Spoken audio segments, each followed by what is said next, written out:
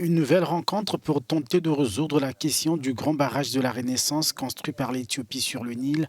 C'est la proposition faite par le Soudan à ses voisins éthiopiens et égyptiens, après l'échec des pourparlers de Kinshasa en RDC, organisés sous l'égide de l'Union africaine.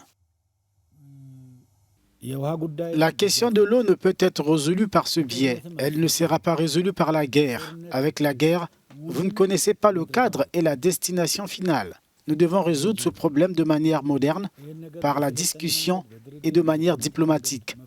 Et c'est une manière de penser très réfléchie et utile.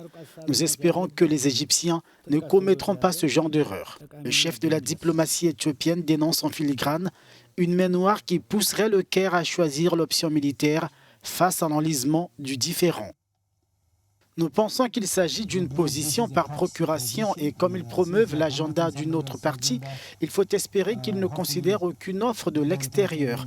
Ils ont déjà épuisé toutes les questions en ce qui concerne les Soudanais.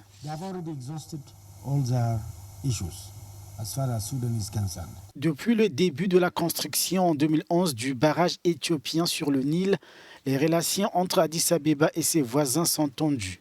L'Égypte considère cet ouvrage comme une menace pour son approvisionnement en eau, alors que Khartoum craint que ses propres barrages ne soient affectés par le remplissage du réservoir du barrage éthiopien sans son accord.